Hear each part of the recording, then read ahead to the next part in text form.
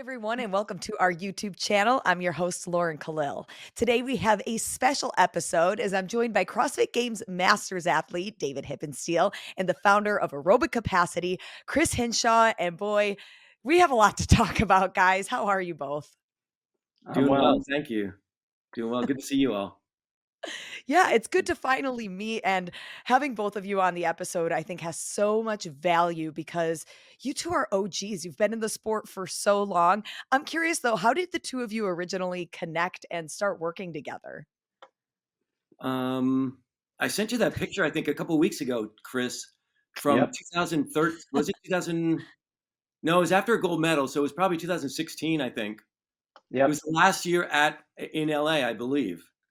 Yep. I got to know Dave through his daughter. I worked with Mm. Camille LeBlanc Bazinet in San Diego, and when we would go to the track, there would always be this tag along, and I was like, "Who's the tag along?" And it turns out to be Dave's daughter. Oh my Very gosh. accomplished, very skilled athlete, and so it was, you know, Camille, Lauren Fisher would jump in every now and then, and there was Dave's daughter, and Yeah. yeah, And that's how it got started. and she's coming back. She's the one that got me started. And then Oh, that's so cool. she's coming back actually. She started, she just hit 250 split jerk. 295 Dang. back squat. Yeah, she's training here in Nashville. So yeah, it's been fun. Been So fun. Oh, what resonated with me and Dave was he came from a triathlon background, and I did too. And here is a very accomplished CrossFit athlete that made this transition from really a true endurance event into the sport of CrossFit and doing it later in life. And that was appealing to me. I mean, doing the decathlon, he's done a wide range of things, but to go from ultra endurance into the sport and have success, it immediately resonated with me. And it was like, I need to work with this guy and dissect him because he is going to show me the way. So I'm 59. And Dave, how old are you? You're 66. now 60. 66. There you Yeah. go. And so he's kind of been paving the way for me of like, what should I expect as an athlete? Because what Dave is doing, in my opinion, is carving out a space of information that hasn't been available or demonstrated before. Because he is not a mhm. specialist; he is a recreational athlete. And what are the things that you can do under the CrossFit protocols as you age, and what can't you do, and what shouldn't you do? And to me, that Yeah. is something that has been very appealing. And so since we hung out in 2016, we've had a very solid relationship of interaction. Um, because I find that content very appealing, not just for me, but for everybody that is following Dave. And they're all going to get there if they live long enough. So, Dave, you started CrossFit then in your 50s? Yeah, I was like 55, 56, right around there. Yep. 10 years ago. What appealed to you about this, especially like watching some of these higher end athletes Yeah. uh, do the sport? And did you ever think that you would not just make it to the games, but be like a multi decorated champion? Never expected any of that, but I've always had dreams. I'm a dreamer and I love athletics. Heather's the one that introduced me back when she kind of stumbled into Invictus, not knowing anything Mhm. about the gym. And she called me the one night and said, "Dad, you're going to love this new sport, because it's got pull-ups and weightlifting in it." And it's like, that's what I do. So we had pull-up bars in the kids' bedrooms doors growing up, and Oh, that's I did awesome. too as a kid. My dad made me do push-ups on my fingertips, me and my brother, and we all played sports, that kind of thing. So, but she called me and said, you got to check it out. And it didn't take long to find a local gym and get started. And originally I started to, speaking of triathlon, I've been doing triathlons off and on for probably 20 years. And I originally started CrossFit like, well, maybe this will help my triathlons. And it actually did. And I started winning my age group in some of the sprint triathlons locally, which was pretty cool at that age, just in the 55 plus, category. And so yeah. But then once I started doing, I could do a muscle up the first time I walked into the gym, and I Oh, started hanging out with the army guys. casual. It was crazy. So I just like it just was really made, almost made for me. I just loved it. Every aspect of it. So I mean, I don't think there's many athletes or people who do CrossFit that say that they just walked into a CrossFit gym and could do a ring muscle up. Nonetheless, somebody in their mid 50s just jumps on the rings and is like, "Oh yeah, like this is yeah. fun. We're great." Like I'm sure everybody's jaws were like nearly hitting the ground at that point.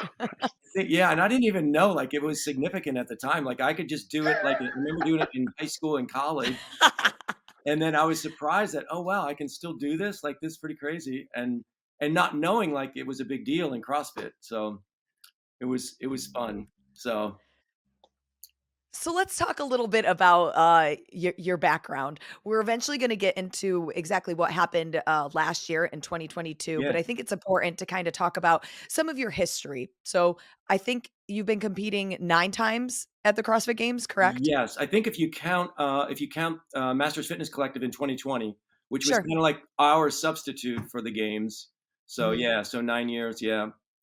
And then a multi-year champion. But then you had some injuries kind of recently in 2019, 2021, Yep, both with your back and your knee. Kind of bring yeah. us up to speed on what exactly was going on and how you worked through that because obviously both years you did compete at the games.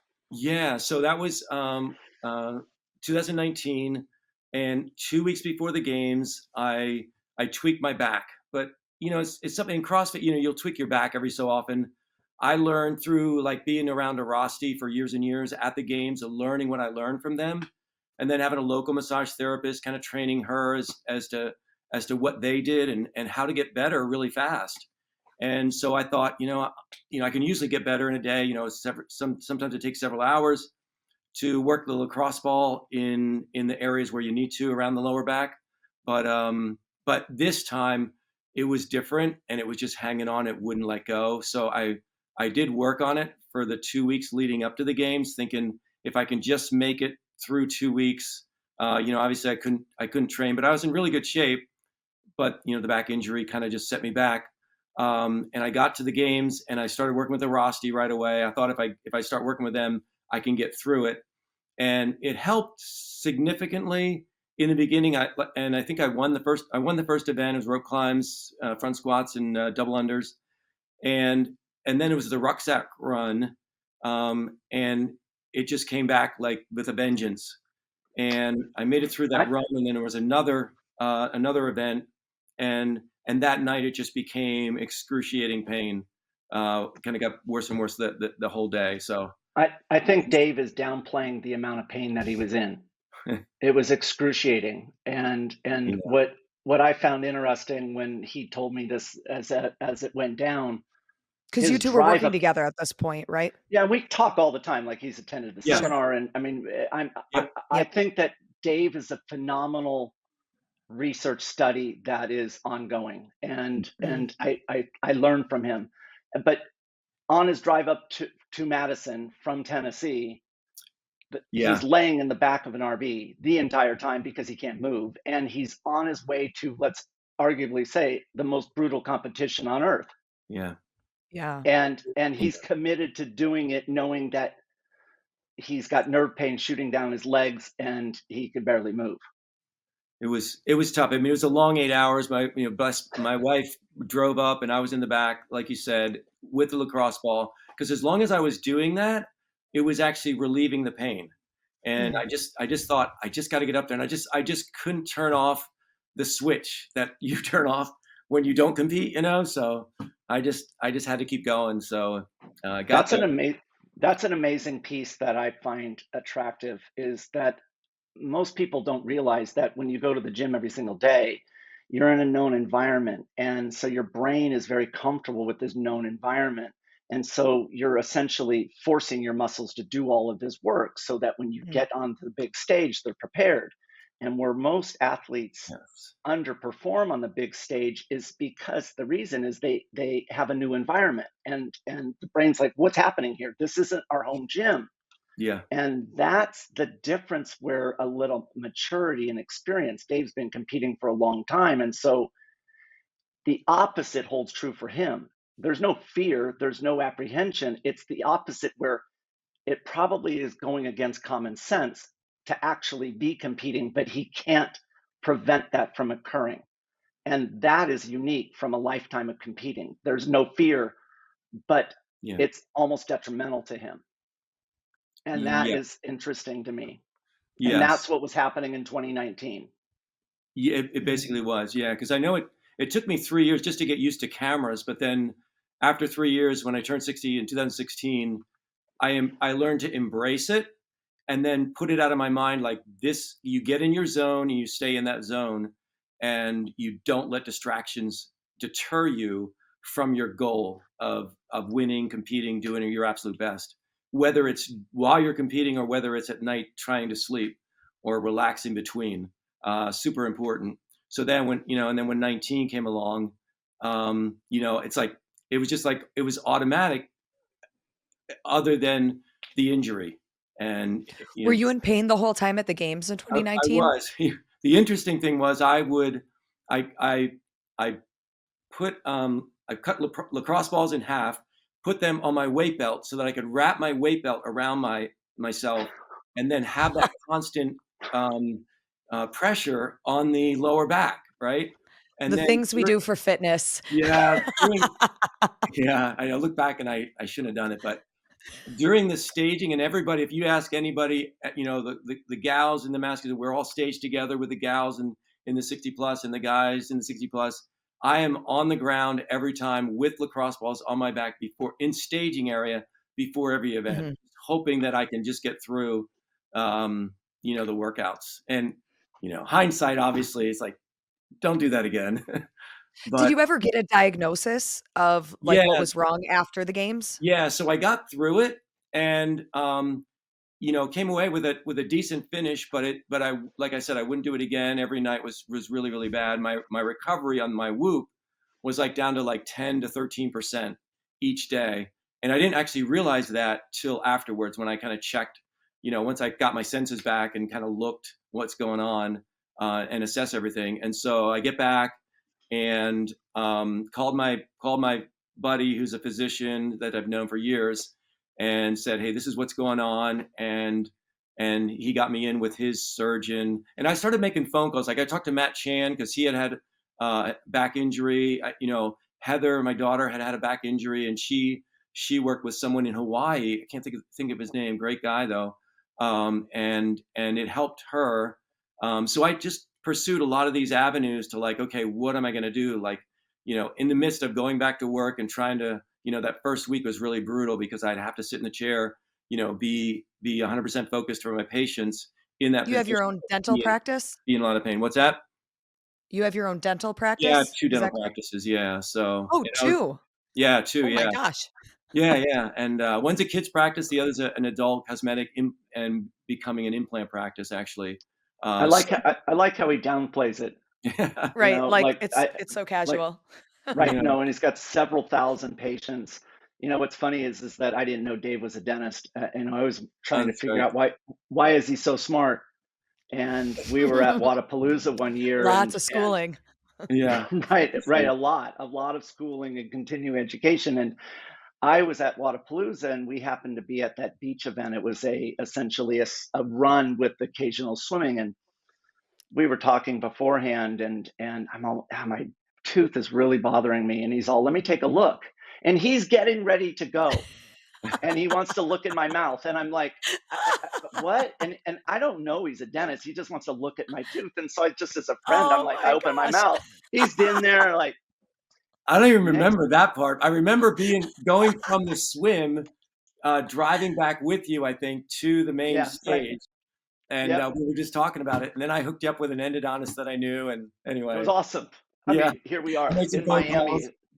Yeah, Everybody's probably watching and like, "Why are Dave's hands in Chris's and I don't mouth remember right doing now?" that because I I remember just looking let him myself. dig But in anyway, there. yeah, I was in so much pain, and yeah, it was like yeah, I all I remember you wanted. were in pain though. So Yeah, no, it was very, and so that's where it's interesting to me. It's like, oh, that's why he's so darn smart.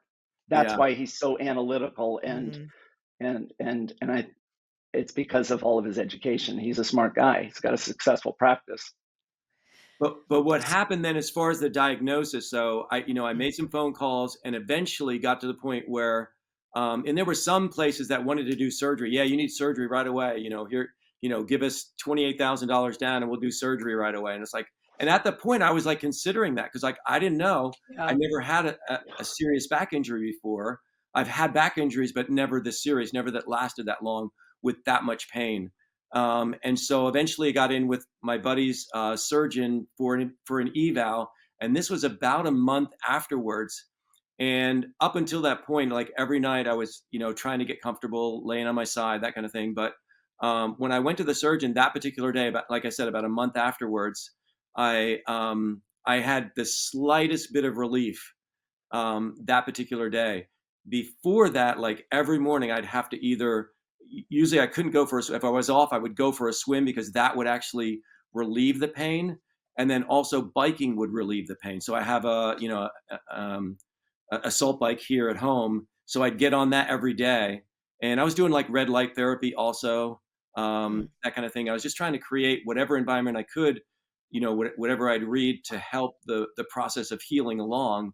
I would try and do that. And so, but the day that I saw the surgeon, this was after I got the MRI, which said I had two herniated discs, one with extrusion. And if you read the report, the report was really bleak. In fact, my doc said, my friend who's a physician said, Hippensteel, he goes, if you get out of this without going under the knife, I'll be really surprised. And Wow. so that was his thoughts on reading the report from the MRI. So it was pretty bad. It was pretty And bad. you've yet to go under the knife. That's correct. Yeah. So it continued to improve after that day, and I would do stuff. And of course, this is the year that we had. Of course, this year we had the Open in October, right? Oh, 2019. yeah. And so it's like I'm We all like thinking to about forget that. about that year. And I really thought I was gonna be done. I really thought, you know what? I've had a great career. I've got gold medals, I've had great number of friends, among all the divisions. And it's like, this has been worth it. And this has been just a great opportunity for me. And so, and I like, I might as well write a book. So I came up with a title like Chasing Gold, Finding Longevity. And I Oh, I love started doing that. that. Like I signed up with a company that helps you write your book and that kind of thing. And I got through a couple chapters, and then I started to get better, and I started to focus on the Open coming up. And then I got a call from I think it was Ron Ortiz, uh, that group, and Jason Leiden, that group, and they were doing the Open announcement in Crossville, right at At the Power Monkey Monkey. Power Monkey. At Yeah, Power Monkey. That's I right. Oh, forget if you sure. were there Yeah, even yeah. for this, but they called me and said, "Hey, do you want to do it? That night because we're going to air it and all that stuff, and we want you to be there if you want." I think Lauren Fisher and Rasmus was going to be there, and I was like, "Man, if I get better, I'll do it, but I don't know if I'm going to be better or not, and I don't know what the event is, and that kind of thing." So I kind of stumbled through that month, getting better, and trying to get back into fitness and trying to get ready. Did a lot of benching just because I could lay on my back and do benching and stuff Mm. like that, and a lot of pull-ups. Did some swimming, some bike stuff that I could do. Anyway, I think that this is passion. If someone doesn't hear this, this is what passion is. And as a coach, this is what you're looking for is an athlete who has good perspective, is making every effort to look at options. And it's hard to decide when it's your time to retire. yeah, And it's always something that you should consider because in Dave's situation, which I respected in that time, he's got a dental practice that he's thinking about.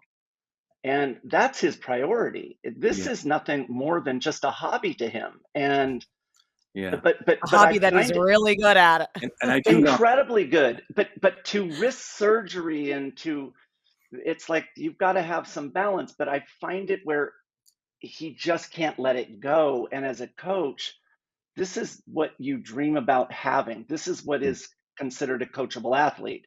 They've got great perspective and they've got ownership.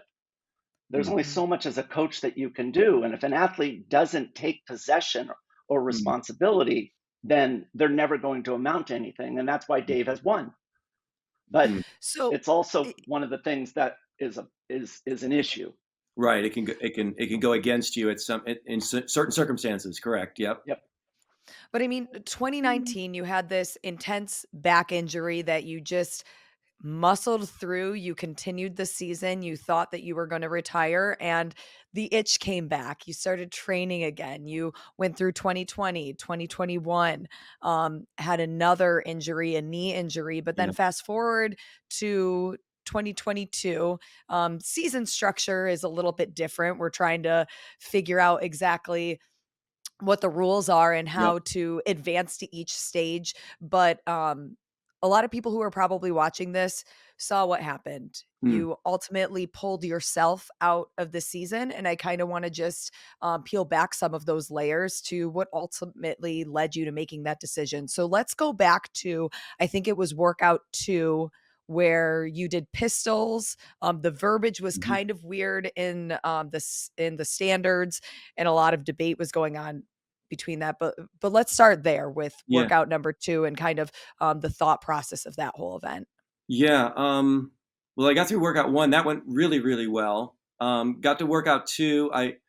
Part of the changes too, where they changed the deadlines for the videos, and so for me, especially as having 2 dental offices and having to um, manage that schedule as well was a little more difficult when they put deadlines in the middle of the weekend. It used to be all the workouts were due, videos were due like the Monday. So you had the whole weekend to kind of like space things out, line up judges, that kind of thing. So Because when this is they, age group quarterfinals, what's that? correct? Yeah, this is This for is for age quarterfinals. group That's right. Yep. quarterfinals. Okay. Yep. Because And opens out was, of Dave, out of this quarterfinal, 30 people would advance. Is that correct? yes, that's correct. Yes. And how many you had? What? How many in your age group? How many total? 120. 120. Okay, Yep. so Yep. 25% would make it. Yeah, that's right. Yep. Yeah. Okay. So I kind of knew going into it, but I'm always shooting for the top. I'm always shooting for the best. You know what I mean? That's just what I do. Um, and and when I got to the and I made a decision, I made a very quick decision. I did the first workout that morning, and then it's like, wow, you know what? If I can hit that second workout, which it's a longer workout, a lot of potentially a lot of anxiety. For me, it's hard for me to turn it off at night. If I know about a workout ahead of time, I'll think about it pretty much all night. It'd be tough to sleep. So I made the decision to like, you know what, I'm going to try and do it tonight. Tried to get a judge, and somebody fortunately was willing to do it. And so we set it up for that night. And I just remember that worked out. Like I'd waited 10 years to do pistols. I'd waited 10 years. We've had 2012 and 13, we actually had muscle ups where I think 2013, I won that one we had 12 muscle ups after wall balls and double unders. It was a great workout for me. And I actually got to the muscle ups and finished 12 of the 20, I think it was. But since then, they've not given us and that was in the open, they've not given us the opportunity to do more than like 2 muscle ups at a time, maybe 3. Other than 2016, there was 6 muscle ups, then 4, then 2. But since then, I've not really had the opportunity to do muscle ups, and I love them. And so I knew going into this, I was going to it would break my heart. This is exactly what I said. It would break my heart to not get to the muscle ups. I really want to do that. And I knew my knees have been bothering me. So I think when it said it says athletes may choose to do Right. box Yep. step ups instead of That's true. pistol. And they used the word may. It didn't say must. It said may. And I didn't have time to email or talk to anybody. It's like I had to manage work and then get back to the gym that night and get ready to do the workout. So I just okay, I made the decision. It might be a problem. I don't think so because English is English. When you use the word may, that's what it means. And so I took that as the normal definition and move forward with that. What I didn't expect in that workout, and again, just to emphasize, 90 burpees for the 35-year-olds, 90 burpees for the 65-plus-year-olds. That's a lot. And I knew that it was going to be hard to get through that. What I didn't anticipate was my back being tweaked in the beginning with the overhead squats. And so that threw off my momentum. And all of a sudden, the memories of 2019 started to come back to haunt me. And it was, I still persevered through the workout. Obviously, wasn't the greatest showing, but I got through it and I got to the muscle ups. Nothing was perfect on that workout. It was, probably my worst workout, and in some ways a really good workout because I did get to the muscle ups, even though it was compromised. And so that's basically in a nutshell. That's what But happened. what you did, Dave, and you left out is when we talked about your strategy in that workout, Yes. your number one objective was you were chasing yourself in this workout, that you For sure, wanted to get to always. those muscle ups and you were willing to take risk Yeah. in order to have this personal experience that you wanted to have in your career. That finally they have written a Yeah. workout Yeah. that has your sweet spot in it at the very end. Yep. Mhm. And I think that that's where the confusion is, that your approach in this workout is different than other athletes. Like we just said, 25% of the people advance. There's not an issue whether or not you're going to advance or not. You were going to advance, and so why not use this as a learning experience or an opportunity? And that gives you, because of who you are and how physically talented you are, an opportunity to do what others can't. That you could play around with a workout, you can take the consequences associated with getting no rep, or in this case, you could get a zero score and finish dead last and still make it in the top 30. That Well, and that I think was my that's what I'm thinking. curious about Yeah. is, once these videos surfaced and people started watching them and everyone's like, well, those are no reps. He doesn't have the mobility, or, well, now we're hearing that you couldn't choose to do pistols. You did have to do box step ups. But I'm curious if, like, I mean, every athlete takes a calculated risk based on whatever their goal is. And I'm curious if your ultimate goal was to make it to the ring muscle ups, you knowingly were like, maybe I'm going to get no rep on some of these, but I'm just going to go as fast as possible because my goal is just to get to the ring muscle ups. So I'm curious, like, what the thought process was, as an athlete with some of those Yeah. movements, or no reps rather. Yeah. I mean, and that's I think that's pretty accurate. But the part that I didn't anticipate was the situation with the back in the very beginning. Sure. And so that compromised me. And it's like, I'm not going to, but in the past I've been like, okay, let's get through the workout. Let CrossFit decide what's a good rep, Mhm. what's a not. It's like I'm For going to do sure. my best. I do have, obviously, I've tried for 6 years. I've worked on the overhead squat more than any other workout or more than any other event in my career. And I almost want to say 40% of the time was devoted to that, trying to get that. And eventually, enough shoulder injuries trying to do it with a wide grip, just started to destroy my shoulders. And so that's why I have to use the narrow grip, but I can't lock out. I could never lock out my elbows. And that's true for anything. And that's just something that has come with age, that I've never had to do that before. And so, starting at such a late age, it's something that I've had to work through and just live with the reality. Like for example, handstand walks. I can't do a handstand walk with my elbows locked out, so it has to be muscled the whole time. Mm. And so but you just learn to adapt, and so you do the But best so you you can. knew when you submitted the video that I'm probably gonna get some no reps, but it's Yep. worth the risk for the ultimate goal. Is For that me, it correct? was. For me, it was Okay. absolutely. Yeah. So then, if you were going to qualify, advance to the CrossFit Games from this stage regardless, what led to you ultimately pulling yourself out of the competition? I don't. I guess I do it. I do this for fun. It's my hobby. I have a career to protect. Um, and that, I'm very blessed to have had that over the years and still have that. And have a great family, great support. For me, it's like it's for fun. And as soon as it became not fun, Mhm. it's like I wanted to distance myself as far as I could from that. So it's like it was not much of a decision. I mean, it was still agonizing to go through. It's like, what do you mean? I'm not going to go to the games. That hurt. And yet the reality was, is like at that moment, it's like, you know what? if this is what it's about, I don't want to be a part of it. And so Were I'm you out. getting comments from people? Like, Yeah, were basically. people reaching out to you Yeah. because of the no reps? People that I thought I respected, and that I thought knew me, and I'd see comments, and it's like, man, this isn't happening.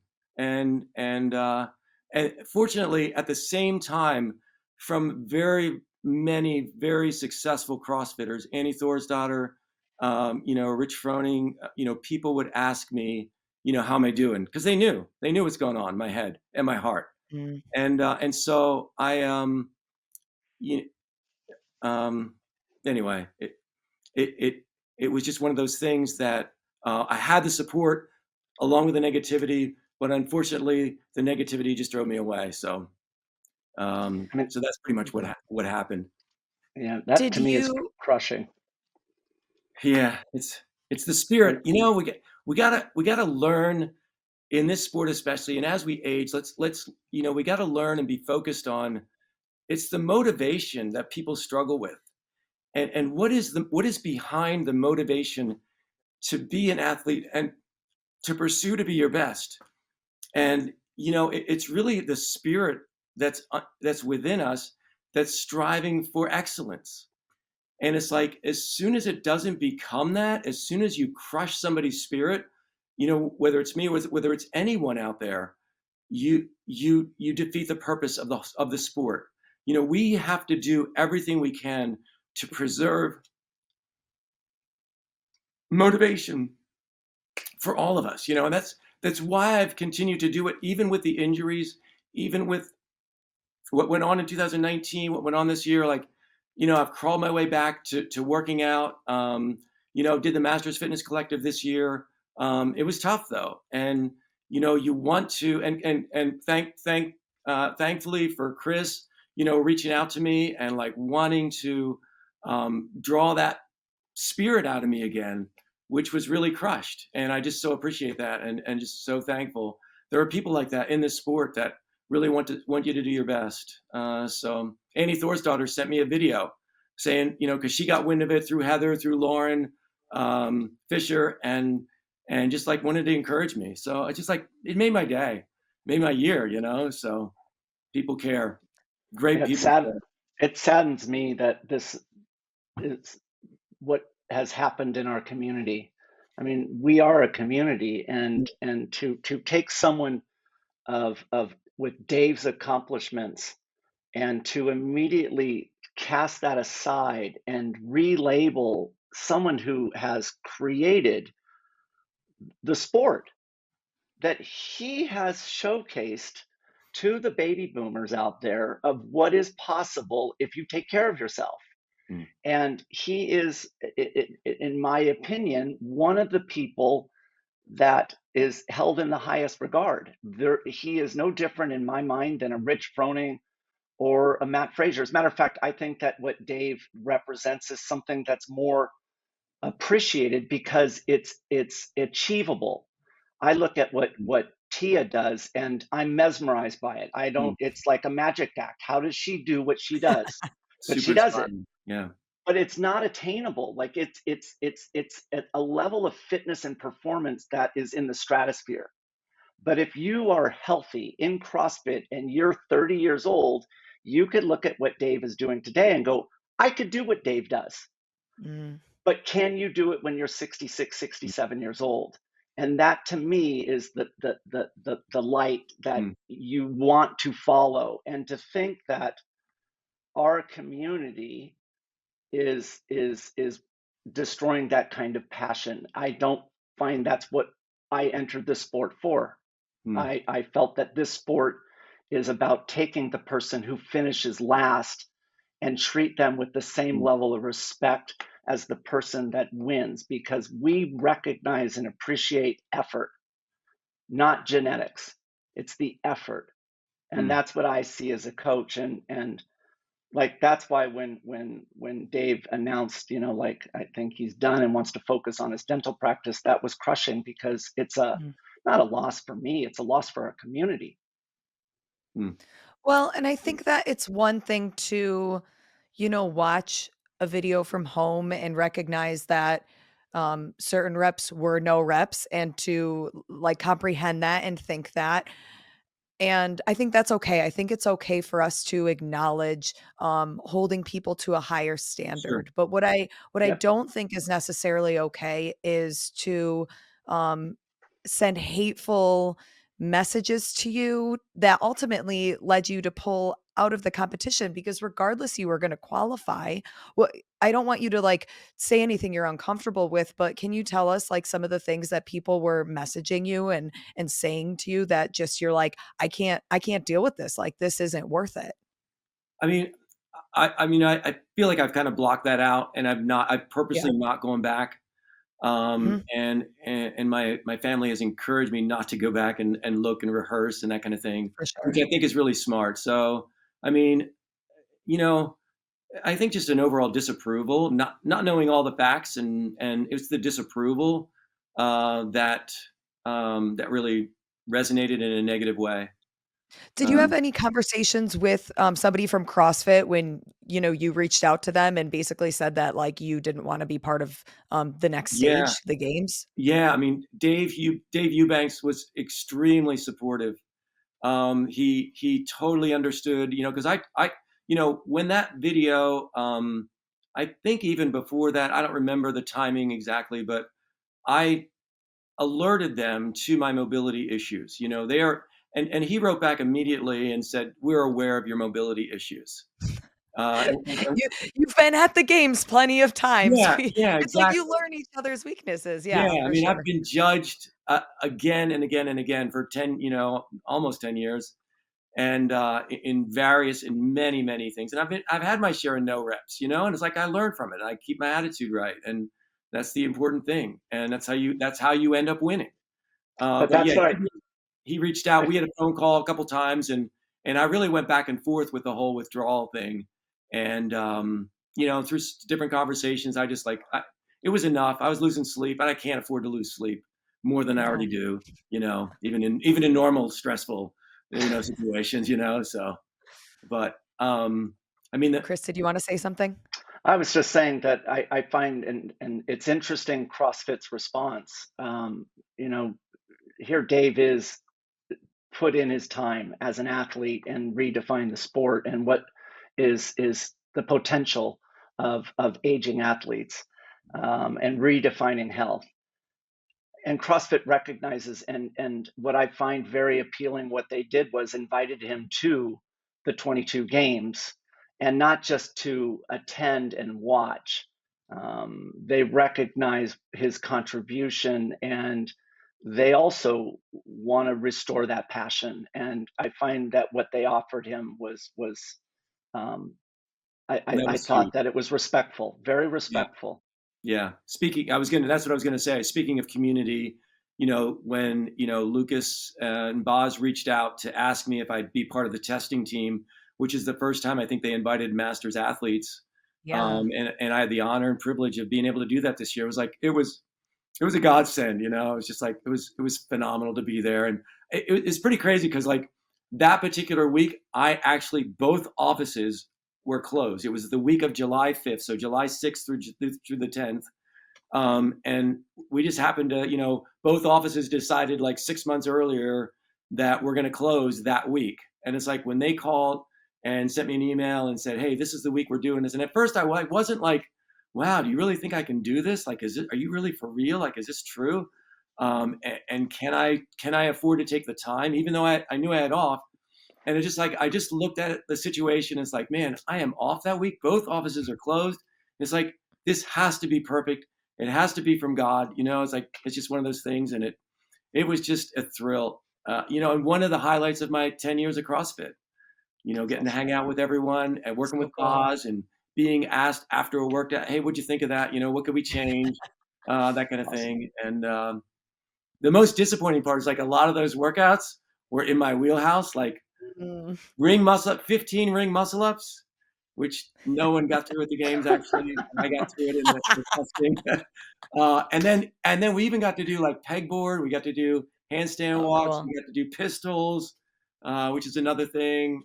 that I've been waiting for years and years. And anyway, Okay, so you've been waiting for these things. Now we have to know, what is your plan for 2023? How's your body feeling? Can we yeah. expect to see you make another run for the CrossFit Games? I would love to. I mean, I'm actually planning on doing Legend. Legends is coming up. I just did MFCC. I'm doing Legends. Honestly, my knees are trouble right now. I just got off the phone yesterday. I talked with an orthopedic surgeon in Orlando that a good friend is a physical therapist introduced me to. Had a conversation with her about like what's my future like, and what do you see? Because she actually specializes. One of her specialties is in the aging athlete, trying to keep the aging athlete functional and able to perform. And so we had a conversation yesterday. So we've talked about. I just got hyaluronic acid shots for the second time about 2 weeks ago, and that has not kicked in yet. It's a tough call. I don't know. I think the question, and I think this goes back to I think the original purpose of Chris reaching out is like, how do we, if I'm the experiment, if I'm one of the experiments for the future of CrossFit, how do we know what we're doing is not deleterious to when we are 75 and 80? And so the question that I'm asking myself right now is like, okay, and that's what we talked about yesterday. Is like, how do I know if I'm doing damage to my knees right now by continuing to do Mhm. CrossFit, um, number one, and then continuing to compete, number two, because there's two different things basically. When you're For competing, sure. it's a much higher level of intensity, as you guys know. But I think the question is, and I think just after talking with her, it's like, I think I have to go back to the why, because when you look at and I sent her my X-rays because I always keep track. I'm sponsored by Wild Health and sponsored by Inside Tracker, and I'm constantly focusing on what are my biomarkers, where are they at, how's my nutrition. So I get my blood tested through Inside Tracker like 5 times a year, and then Wild Health is really good about like genetic testing and other biomarkers that they're adding to my tests to find out, like, because like, and I don't want to get sidetracked too much, but when I finished this 2016 games, got my gold medal, went right to the physician after. I was super healthy, super fit. Went to the physician, said, "I want to know how healthy I am on the inside." So that's one of my commitments, and because I do want to be helpful to others in this path, in this journey towards longevity, because I really believe in that, and I really, our battle, like speaking of community and everything that I've gone through this year, our battle is against chronic disease. That's what's taking the lives of countless millions out there. And I think it's the original focus of CrossFit. Let's help society, let's help the culture, let's help the world, you know, prevent diseases, because chronic diseases are preventable for the most part, 80 to 90%. So, but anyway, I am looking at 2023, trying to figure out what is my best strategy, how am I going to do it. And I'm kind of taking a step at a time, a competition at a time. I pulled out of the MFCC on the last day. I won. I was in the lead. I won 3 events on Saturday, and then felt my back tweak on Sunday morning, and said, Mhm. you know what? I made a really good decision, smart decision, hard decision, but I said I'm not going to continue because I got to be at work, and I'm committed to my patients. Number one, I got to be there tomorrow. So it's like, there's no reason for me to continue. Let's just drop out and enjoy the rest of the time. Cheering on my daughter was competing also. She did great. So anyway, So 2023 to be determined. yeah, to be determined. Yeah, hopefully, but we'll see. We'll see. Okay. Yeah. Well, David, Chris, thank you guys so much for coming on here, kind of telling your story and giving us some background. The testing of Dave that Chris you're doing behind the scenes, I think, is incredible, and it Thank you really again. is inspiring to see you still competing at this level for so many years. Congratulations on all of your accomplishments, and again, thanks guys for joining us today. Thanks so Thank you. much. Thanks so much.